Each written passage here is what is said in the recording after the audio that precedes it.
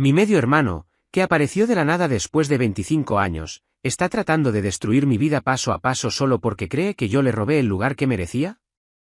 Soy hijo único, o al menos eso creí durante más de 25 años. Me crié en los suburbios de Ohio, en una casa bastante normal, con una familia que parecía tener más o menos todo bajo control. Mis viejos se conocieron en la universidad, se casaron jóvenes y tuvieron una vida relativamente estable. No millonarios, pero bien.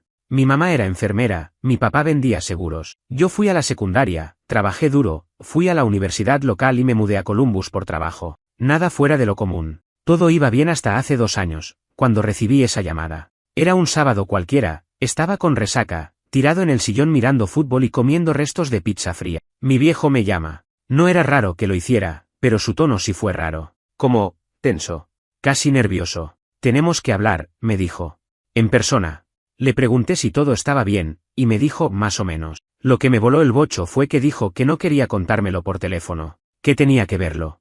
Así que el domingo a la mañana manejé hasta la casa de mis padres, en el mismo vecindario donde crecí. Me estaban esperando los dos en la cocina. Mi vieja tenía los ojos rojos, como si hubiese estado llorando toda la noche. Mi viejo me miró como si no supiera por dónde empezar.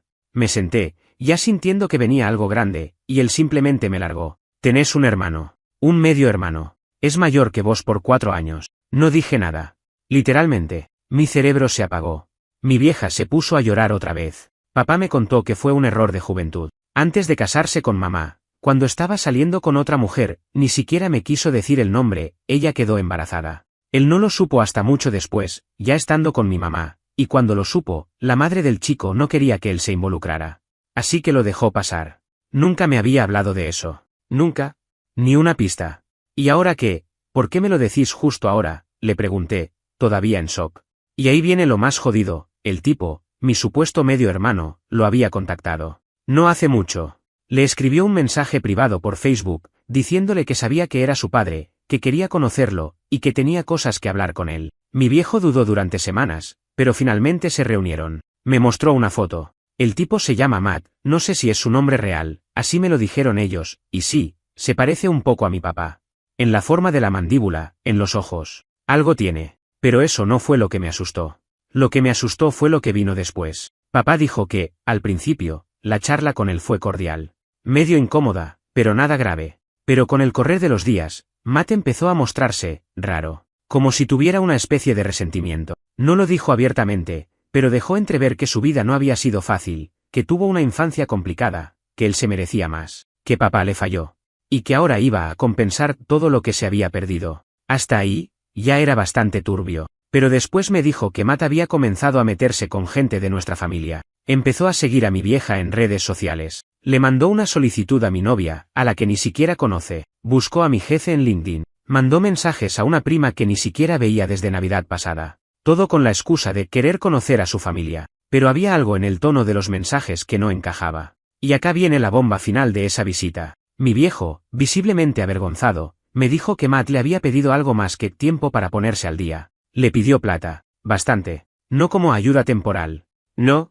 Le dijo algo tipo, me corresponde una parte de todo lo que nunca me diste. Como si pudiera cobrar retroactivamente por los años de ausencia. Y no sé cómo, ni por qué, pero mi viejo accedió. Le transfirió una suma que no me quiso decir exactamente, pero que, por su expresión, parecía de 5 cifras. Yo estaba completamente descolocado. Lo único que pude hacer fue quedarme sentado, sintiéndome como un idiota. Como si hubiera estado viviendo una vida prestada, y ahora alguien venía a reclamar su parte. Me levanté sin decir mucho, les dije que me avisaran si pasaba algo más, y me volví a Columbus manejando sin poner música, con el estómago revuelto. Ahí empezó todo, porque pensé que lo peor ya había pasado, que sería un momento incómodo, un drama familiar que con el tiempo se iría apagando. Pero me equivoqué.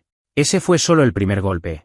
El verdadero infierno empezó cuando Matt decidió que no solo quería conocer a papá, también quería conocerme a mí. Después de esa charla con mis viejos, no dormí bien por semanas. Cada vez que pensaba en ese tipo, en Matt, se me encogía el estómago. No por miedo exactamente, sino por una mezcla rara de rechazo, incomodidad y algo parecido al resentimiento. ¿Quién carajo era este tipo para aparecer de la nada, patear la puerta de la vida que construimos y exigir su lugar como si fuera un derecho adquirido?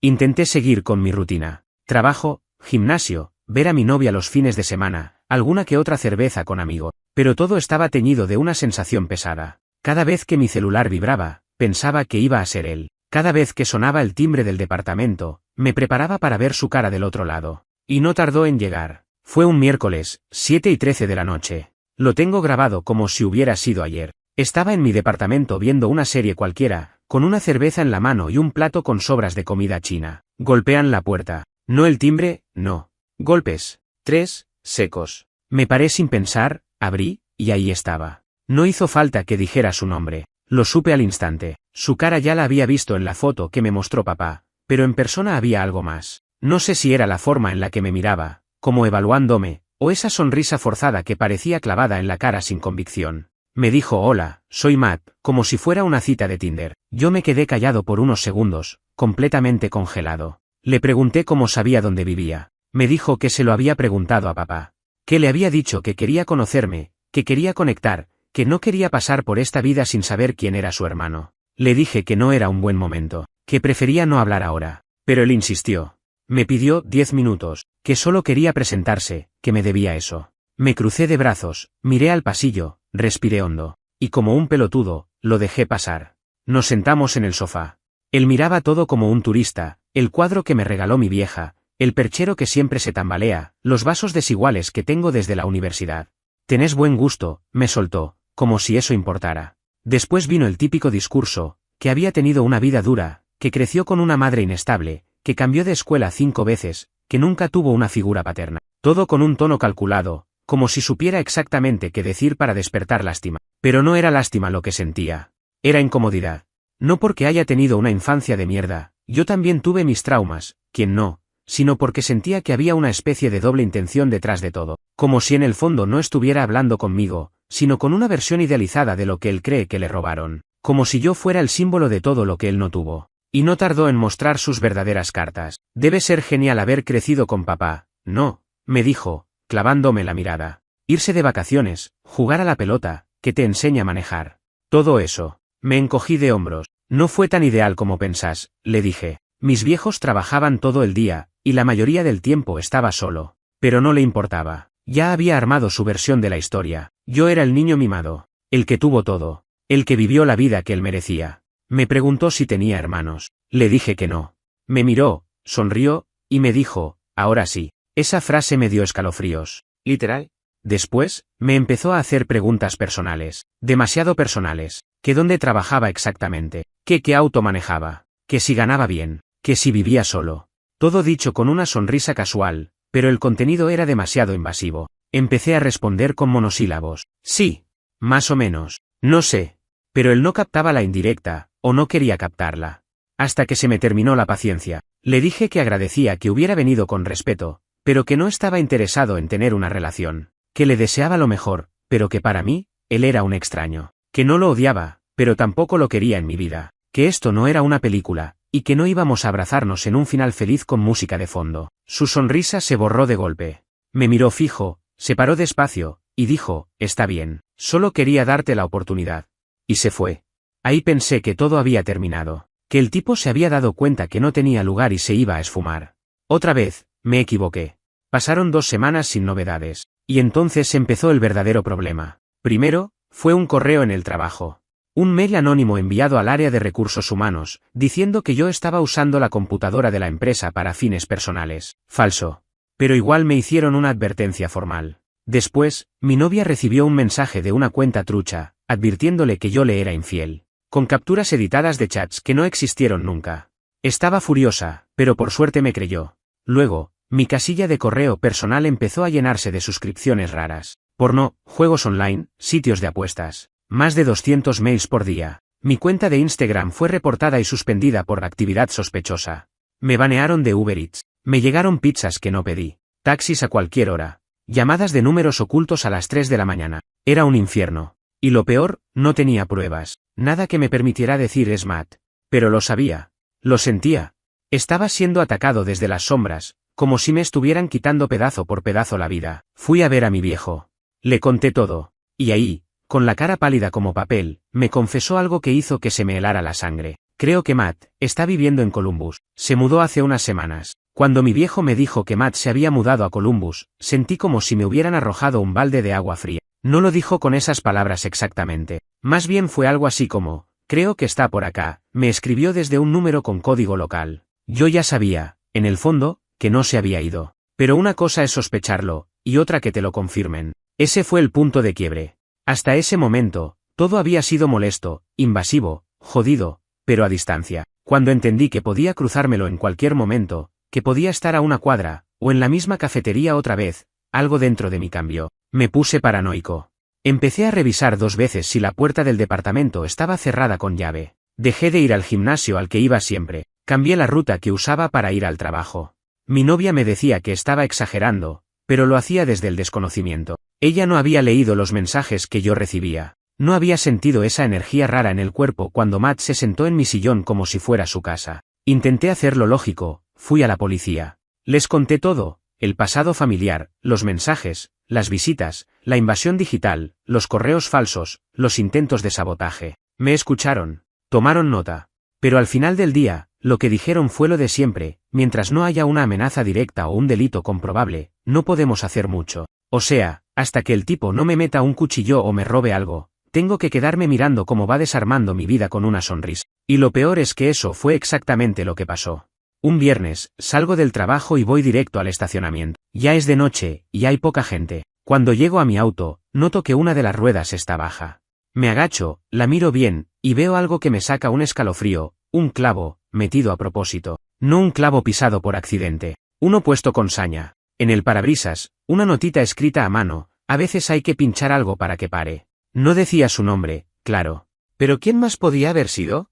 Ese fin de semana lo pasé en casa de mi novia. No le conté nada. Le dije que necesitaba un cambio de ambiente, y por suerte no hizo preguntas. Pero adentro mío, ya estaba planeando mudarme. No iba a dejar que ese tipo se sintiera con poder sobre mí. No le iba a dar ese gusto, pero tampoco iba a seguir dándole información para que jugara a su juego enfermizo. Le pedí a un amigo que me ayudara a encontrar un nuevo departamento, y en 2 semanas ya estaba firmando el contrato para mudarme al otro lado de la ciudad.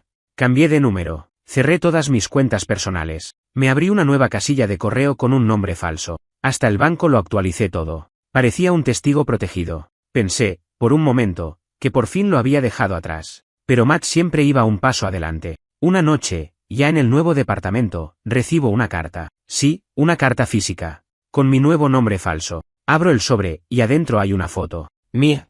Caminando por la calle, con auriculares puestos. Sola. Claramente tomada con zoom. En el reverso, una sola palabra escrita a mano. Precioso. Esa noche dormí con un cuchillo en la mesa de luz. Ahí fue cuando entendí que esto no era una historia de 2 hermanos con conflictos. No era un drama familiar con matices. Esto era otra cosa. Esto era acoso. Puro y simple. No estaba buscando formar parte de mi vida. Estaba tratando de apoderarse de ella. Y ahí hice lo que había estado evitando desde el primer día, lo enfrenté.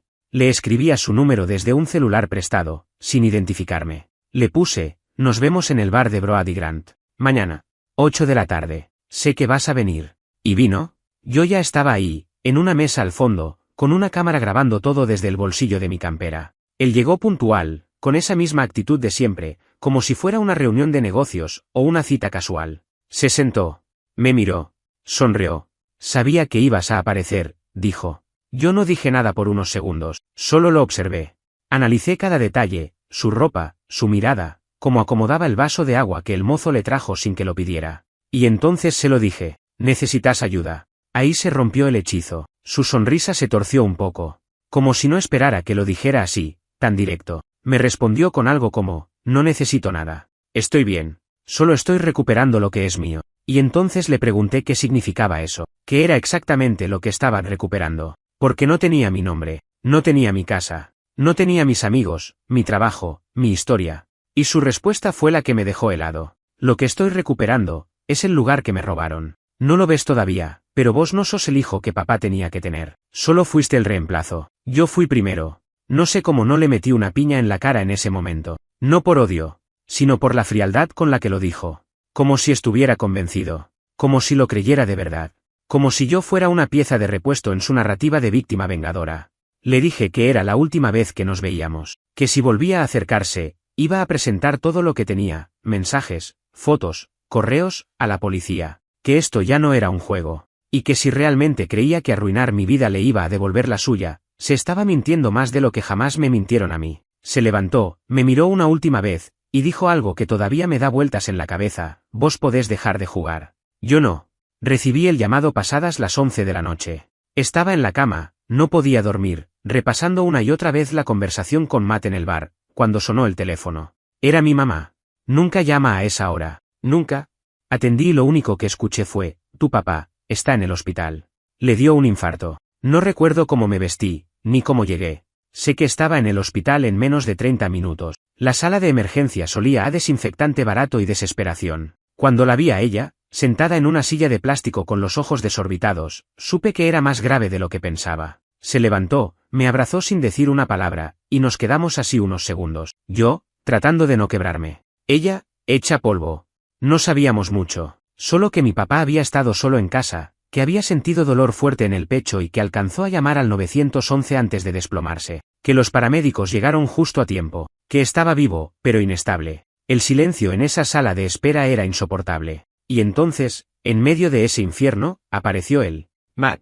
Caminó por el pasillo como si perteneciera al lugar. Con esa seguridad rara que tiene, como si el mundo entero le debiera algo. Cuando lo vi, fue como si el aire se pusiera más denso. Mi mamá lo miró sin reconocerlo al principio. Después se dio cuenta. ¿Qué estás haciendo acá? Fue lo único que logró decir. Matt se detuvo a un par de metros. No se acercó. Miró a mi madre y luego a mí. Vine a ver cómo está. Soy su hijo también, ¿no? Y ahí fue cuando casi lo saco a trompadas del hospital. Me levanté y caminé hacia él, sin gritar pero dejando bien en claro que no era el momento ni el lugar. Le dije que se fuera. Que nadie lo quería ahí. Que él no era parte de nada. Ni de esa familia, ni de esa situación. Y entonces dijo algo que me dejó helado. ¿Y si fue por mí? ¿Y si esto pasó por todo lo que le dije la semana pasada? Mi mamá lo miró confundida. Yo lo miré con rabia. ¿Qué mierda le dijiste?, le pregunté.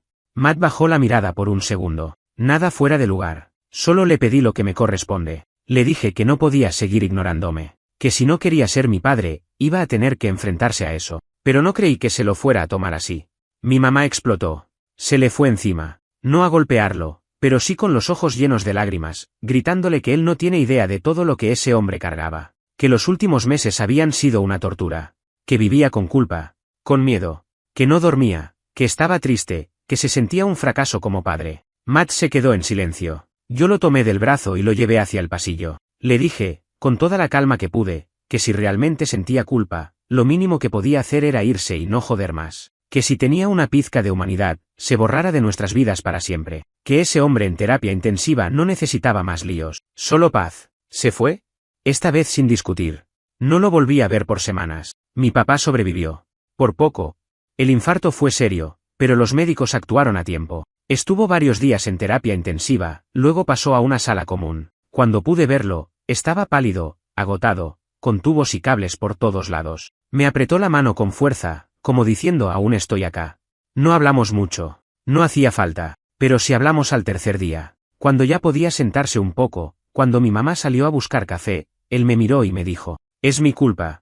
Lo dejé entrar, y arruiné todo. Le dije que no. Que él solo quiso hacer lo correcto. Pero él insistió. Quise compensar una vida de abandono en unos meses. Le di información, le di dinero, y no lo vi venir. Me usó.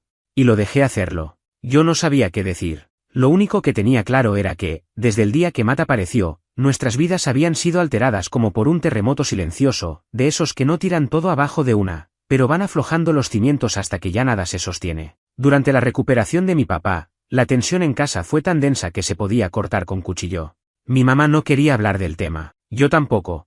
Pero el silencio era casi más ruidoso que cualquier discusión. Un día, ella entró al living con su celular en la mano. Me lo mostró sin decir una palabra. Era un mensaje de Matt. Sé que no soy bienvenido, pero quiero verlo. Una sola vez. Si no me dejan, lo entiendo. Pero no quiero vivir sin haberle dicho lo que siento. Ni siquiera es enojo. Solo, necesito despedirme. No sabíamos si era manipulación o real arrepentimiento. Mi madre me miró y me preguntó: ¿qué hacemos? No supe qué responder. Por primera vez, yo también dudaba. Porque sí, lo odiaba. Pero una parte de mí no podía evitar sentir que ese monstruo que arrasó con todo tal vez solo estaba gritando desde un pozo. Un pozo del que nadie lo sacó cuando era chico. Y la pregunta me persigue hasta hoy: ¿qué haces cuando el enemigo de tu vida también es tu hermano? Nadie lo decía en voz alta, pero todos sabíamos que dejarlo ver a mi padre podía ser un error. No por el acto en sí, sino por lo que podía provocar en él. Mi viejo estaba frágil, médicamente estable, sí, pero emocionalmente hecho triza. No era el mismo hombre que conocí toda mi vida. Estaba apagado, derrotado. Y traer a Matt de vuelta podía ser como prenderle fuego a un tanque de gasolina. Pero al mismo tiempo, ¿qué pasaba si realmente era su despedida? ¿Y si necesitaba cerrar algo, aunque fuera una conversación? Fue mi mamá quien, al final, lo planteó directamente frente a mi viejo. Te escribió. Quiere verte. Dice que solo una vez querés. Mi papá se quedó callado. Estaba en la cama, con el monitor del corazón marcando ese ritmo lento, pausado. Miraba al techo, como buscando una respuesta escrita en los azulejos. Después nos miró, primero a mí, después a ella, y dijo, sí.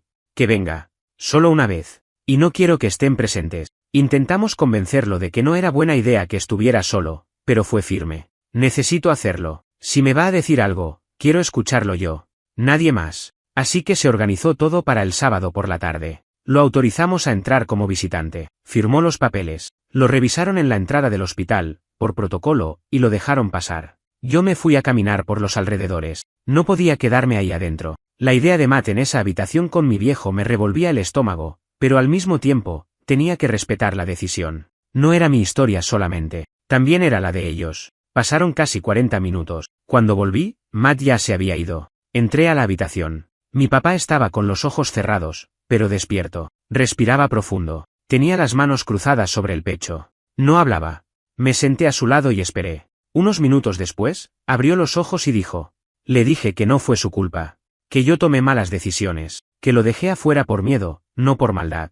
Asentí sin decir nada. Pero también le dije que el daño que causó ahora, ya no tiene arreglo. Le pregunté qué respondió Matt. Mi papá suspiró. Dijo que pensó que si arruinaba mi vida, iba a sentir que por fin tenía algo de control. Que me iba a obligar a mirarlo, a reconocerlo. No supe qué decir. Le dije que lo veía, que lo había visto todo el tiempo, incluso cuando trataba de no hacerlo. Que su rabia no era invisible, solo era triste, muy triste. Después, mi papá giró lentamente la cabeza hacia mí y me dijo algo que no me esperaba. Se parece a vos más de lo que pensás. Tiene tu forma de hablar cuando se enoja. Y cuando se va, camina igual. Sentí un nudo en la garganta. Me fui al baño y estuve un buen rato mirándome al espejo, como si buscara en mi reflejo alguna señal de que eso fuera cierto. La semana siguiente fue extraña. No supimos más de Matt. Nada. Ni un mensaje, ni un mail, ni una señal. Como si se hubiera desvanecido. Y parte de mí se preguntaba si ese encuentro había sido realmente su despedida o solo una pausa en su plan. Con él nunca se sabía. Mi papá fue dado de alta a los 10 días. Regresó a casa débil pero vivo, decidido a no desperdiciar más tiempo. Se jubiló formalmente ese mismo mes, algo que venía postergando hace años. Y empezó a organizar lo que él llamaba su legado. Nos pidió, a mi madre y a mí, que lo ayudáramos a ordenar cuentas, papeles, testamentos, cosas así. Ahí fue cuando apareció la grieta. Porque entre esos papeles había una carta dirigida a Matt. No nos la mostró, pero nos dijo que quería dejarle algo. No una fortuna, porque no la tenía, pero sí algo. No por él, por mí. Para cerrar lo que dejé abierto durante 30 años. Yo exploté. Le dije que estaba loco. Que Matt no se merecía nada. Que lo había acosado, me había hostigado, nos había manipulado. Que no podíamos premiar a alguien así. Mi mamá también intentó hacerlo entrar en razón. Le recordó todas las veces que se sintió culpable por el infarto, todo lo que había llorado. Pero mi viejo fue claro. No le dejo nada por compasión, ni por culpa. Se lo dejo porque si yo me muero sin arreglar esto, ustedes van a cargar con ese vacío. Y no quiero que lo hagan. Ya no. No respondí. Porque en el fondo, algo de razón tenía. Pero no podía evitar el enojo. Las siguientes semanas, traté de volver a la normalidad. O algo parecido. Mi novia fue una roca durante todo este proceso. Aguantó mis cambios de humor, mis paranoias, mi silencio. Hubo una noche en la que incluso me dijo, ¿y si algún día sos vos el que comete un error así de grande, no te gustaría que alguien, al menos uno, te diera otra oportunidad? No respondí. Porque no sabía qué responder. Y así llegó el final de ese verano. Matt no volvió a aparecer, pero dejó una marca. No solo en mi familia, sino en mí. Porque empecé a pensar en cosas que nunca había pensado. En lo frágil que puede ser tu identidad. En cómo una historia que ni siquiera viviste puede definirte. En lo fácil que es odiar a alguien cuando no lo ves como humano. En lo difícil que es perdonar cuando todavía duele. Y entonces sucedió algo que cambió todo de nuevo. Un mensaje nuevo. Desde un correo que no reconocía. Solo decía. No me fui. Solo estoy esperando el momento correcto. Ese correo me congeló la sangre. No me fui. Solo estoy esperando el momento correcto. Después de semanas sin saber nada de Matt, después de pensar que finalmente había desaparecido, ese mensaje cayó como una piedra en el pecho. Me encontraba, en ese entonces, reconstruyendo mi rutina, mi mente, mi vida. Tratando de dormir mejor. De concentrarme en el trabajo. De salir a correr sin mirar por encima del hombro. No estaba bien, pero estaba avanzando. Hasta ese maldito mensaje. No sabía si era una amenaza, una provocación, o simplemente una manera más de jugar con mi cabeza. Porque eso era lo que hacía Matt, se metía en tus pensamientos, se acomodaba entre las grietas de tu miedo, y empezaba a apretar hasta que te rompía desde adentro. Nunca era directo, siempre en las sombras. No respondí. No lo reenvié. No le conté a mi papá ni a mi mamá. Ni a mi novia. Me lo guardé. Por vergüenza, por hartazgo, por una mezcla de ya no quiero hablar de esto más y si lo ignoro, tal vez desaparece. Pero no desapareció. Unos días después, otra vez. Esta vez fue un mensaje físico. Una postal. Sí, una puta postal como si estuviéramos en los años 90. En el frente, una imagen del lago Erie. En el reverso, con tinta azul. Hay lugares donde todo se puede reiniciar. Vos tenés suerte de tener familia. Yo tuve que inventarla.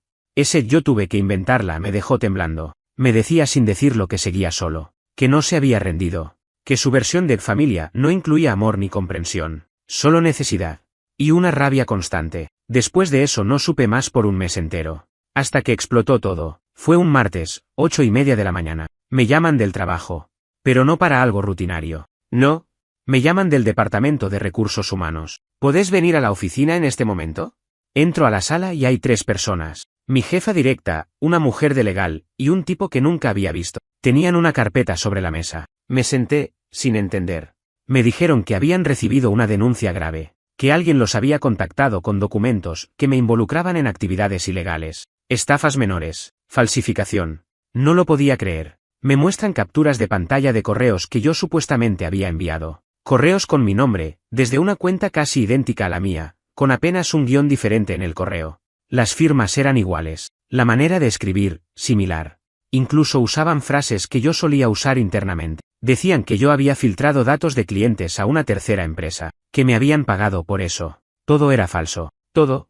Pero lo habían hecho tan meticulosamente, que costaba probarlo. Lo primero que hice fue negar todo, por supuesto. Lo segundo, pedir una auditoría completa. Por suerte, mi historial interno estaba limpio. No había evidencia concreta que los vinculara directamente a mí. Pero la mancha ya estaba. HR me puso bajo revisión interna por 2 semanas. 2 semanas que fueron un infierno. No dormía, no comía, no hablaba con nadie. Sabía que era él, que había dado su golpe. No buscaba plata. No buscaba cariño. Quería arruinarme. Solo eso. Después de 2 semanas, me limpiaron. Me pidieron disculpas. Dijeron que era una situación sin precedentes y que estaban reforzando seguridad. Me devolvieron el acceso a todo. Pero el daño ya estaba hecho. La confianza ya estaba quebrada. Mis compañeros me miraban raro. Algunos se distanciaron. Era como si hubiese pasado por un juicio invisible, y aunque había sido absuelto, el olor a sospecha todavía flotaba. Volví a casa ese día y rompí todo lo que tenía que ver con él. Fotos, correos, notas. Me senté con mi novia y se lo conté todo. Lo que estaba pasando, lo que ya había pasado, lo que temía que todavía no pasara. Me miró en silencio durante media hora. Luego me abrazó. Y me dijo algo que no esperaba. Tenemos que irnos, de verdad. De cero. Al principio me resistí. Mi trabajo, mis amigos, mi familia, mi rutina, todo estaba ahí. Pero después de todo lo que había pasado, me di cuenta de que ya no quedaba mucho de eso. Todo lo que valía la pena conservar podía ir conmigo. Lo demás, ya se había podrido. Así que empecé a buscar trabajo remoto. Ella hizo lo mismo. Y un mes después, nos fuimos. A otro estado. No diré a cuál. No importa. Lo que importa es que cerramos esa etapa con un portazo. Dejé cartas a mis padres explicándoles que necesitaba aire. Les dejé mi nuevo correo. Nada más. Nada de dirección. Nada de redes. Nada que él pudiera rastrear. Pensé que ahí se terminaba todo. Y por un buen tiempo, así fue. Empezamos una vida tranquila. Un lugar más chico, más verde, menos ruido. Por primera vez en años, podía mirar por la ventana sin esperar ver a alguien acechando. Dormía sin cuchillos cerca. Volví a leer. Volví a escribir. Volví a estar. Hasta que hace una semana, algo cambió. Recibo un paquete. Sin remitente. En la nueva dirección que no le había dado a nadie. Sí, a nadie. Lo abro con las manos temblando. Y adentro hay algo que me revuelve el alma. Una foto. De mi novia. caminando por el parque. Y atrás, escrito a mano. La familia se construye, ¿no? Me pregunto cuánto tardará en romperse la tuya. La foto de mi novia fue lo que quebró todo. Hasta ese momento, todo el caos había sido conmigo, contra mí. Mi historia, mi trabajo, mi salud mental. Pero esa imagen, ella caminando tranquila, con auriculares, sin saber que alguien la estaba siguiendo, observando, capturando ese momento, cambió las reglas del juego. Porque ahora no era solo mi historia, era la nuestra. Y él lo sabía. Sentí una rabia distinta. No era miedo, no era frustración. Era una furia primitiva, profunda, que me apretaba el pecho como si me estuviera arrastrando al fondo de algo oscuro. La sostuve en silencio. No se lo mostré a ella al principio. Solo la guardé en un cajón con llave y me senté en la cama mirando la pared por casi una hora. No podía seguir escapando. No podía mudarme una vez más. No podía vivir pensando que si algún día alguien tocaba la puerta, podría ser él con una sonrisa y otra amenaza velada. Así que tomé una decisión. Fui a la policía. Otra vez. Esta vez, con más pruebas, la foto, el paquete, las denuncias anteriores, los correos falsos, la intervención en mi antiguo trabajo. Un oficial más joven, y más empático, tal vez, me escuchó con seriedad. Llamó a una compañera y me pidieron que les diera todo lo que tuviera por escrito, con fechas, detalles. Me hicieron llenar un informe. Me dijeron que con la foto de mi novia ya no era solo acoso hacia mí, que había suficientes elementos para abrir una investigación formal por stalking, que podían rastrear la dirección desde donde se envió el paquete, que necesitaban tiempo. No me ilusioné. Ya había aprendido a no esperar demasiado de nadie, pero algo en el tono de ese oficial me hizo sentir, por primera vez, que alguien lo tomaba en serio, que no era solo un drama entre hermanos. Volví a casa con ese mínimo alivio. Mi novia me vio distinto. Esa noche le conté todo. Le mostré la foto. Le conté quién era Matt, qué había hecho, lo que había pasado con mi familia, con mi trabajo, lo que había estado ocultando por meses. No lloró. No gritó. No me cuestionó. Solo se acercó y me dijo: ahora entiendo por qué a veces te ibas a dormir en silencio, con esa mirada en la nada. Después, me preguntó algo que me dejó sin respuesta. ¿Qué crees que realmente quiere de vos? Y no supe qué decir. Porque nunca lo supe. Ni siquiera ahora. Una semana después, recibí un correo. Esta vez, con nombre completo. Su nombre, Matt. El asunto decía, última carta. El cuerpo del mensaje, largo. Escrito como si fuera un testamento emocional. O una confesión. O una bomba. Voy a resumir lo que decía, porque si transcribo palabra por palabra, me enfermo. Decía que siempre me odió sin conocerme. Que creció con la idea de que alguien más estaba ocupando su lugar. Que su madre lo crió sola, frustrada, diciéndole una y otra vez que su padre había elegido otra familia. Que él no era suficiente. Que yo sí. Que cuando nos encontró, pensó que podía robarme mi vida. No literalmente, pero sí simbólicamente. Que si me hacía mierda, quizás se sentiría menos solo. Menos vacío. Que si me quitaba lo que tenía, por fin se sentiría completo. Pero no lo logró. Porque, en sus palabras, ni destruyéndote me sentí más lleno. Y después venía lo más perturbador. Decía que había intentado lastimar a otras personas antes. No físicamente, pero sí emocionalmente. Que era bueno manipulando. Haciendo sentir culpables a los demás. Empujándolos al límite. Que lo había hecho con exnovias, con compañeros de trabajo, con su propia madre. Que destruir era lo único que se le daba bien. Y que ahora, había entendido que ya no quería eso. Que quería desaparecer. Literalmente. El último párrafo era inquietante. No busques respuestas. No busques justicia. Lo que viene ahora ya no es tu historia. Es la mía. Vos seguí con tu vida. Ya no voy a estar en ella. Cerré el correo y me quedé en silencio. 1 hora.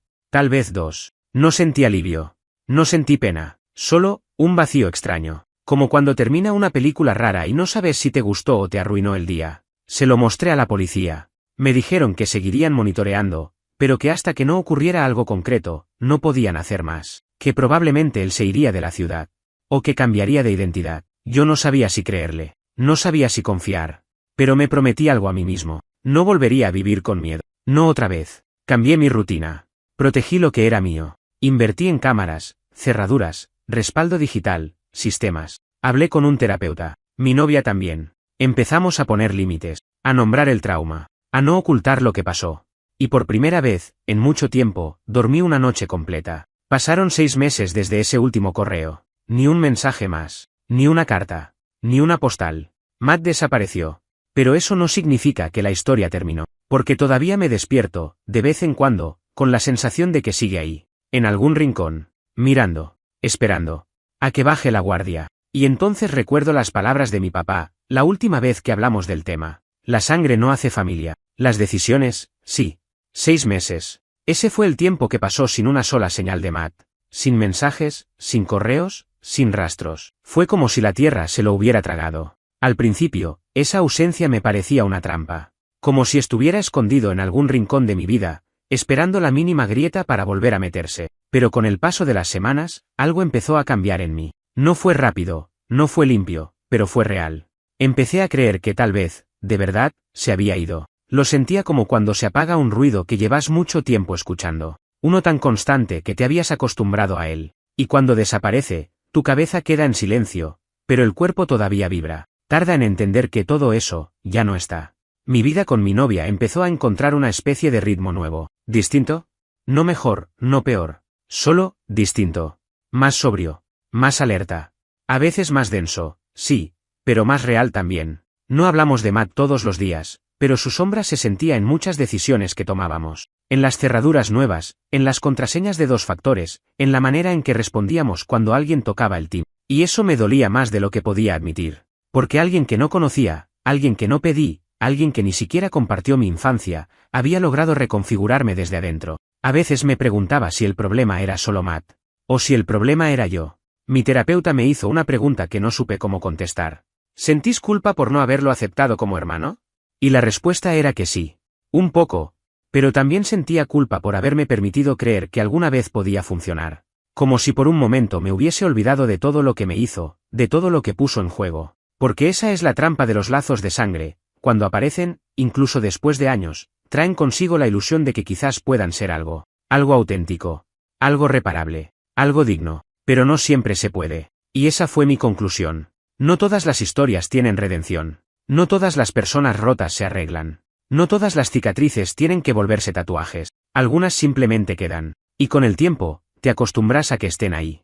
Hace poco volví a ver a mis padres. Mi papá está más tranquilo, más sereno. Camina más despacio, piensa antes de hablar, pero tiene una mirada que no le había visto en años, como si ya no estuviera en deuda con su pasado. Me dijo que dejó instrucciones para que, si algún día Matt aparece de nuevo, lo reciban con respeto. Pero sin expectativas. No quiero que lo odien, pero tampoco que se olviden de lo que hizo. Justo, duro, pero justo. Mi mamá está en otra etapa. Ella simplemente no quiere saber nada más. Me dijo que siente vergüenza por haberle tenido miedo a alguien que ni siquiera crió, que sintió su casa invadida, su historia cuestionada, su maternidad puesta en duda, que el único hijo que reconoce, soy yo. Lo dijo con dolor, pero también con certeza. Yo sigo escribiendo. Eso me salvó. No en el sentido romántico, no como esos discursos de la escritura como terapia. Me salvó porque me permitió ordenar el caos. Ponerle nombre a cosas que antes eran solo gritos internos. Convertir el infierno en palabras. Y en esas palabras, reencontrarme con partes mías que creí perdidas. También volví a correr. En la misma rutina, mismo parque, ahora en otro estado. El cuerpo, por alguna razón, recuerda lo que es sentirse libre. A veces, mientras corro, imagino que Matt está atrás, siguiéndome como antes. Pero luego lo dejo atrás. Literalmente, lo supero. Lo dejo atrás hasta que se vuelve apenas una sombra entre los árboles. ¿Dónde está ahora? No lo sé. Tal vez encontró otra familia a la que culpar. Tal vez está solo. Tal vez, y solo tal vez, está intentando de verdad empezar de nuevo. Y si es así, ojalá lo logre. No por él. Por las personas que lo rodean. Para que no tengan que pasar por lo que nosotros pasamos. Pero esa ya no es mi historia. Y no pienso dejar que vuelva a serlo.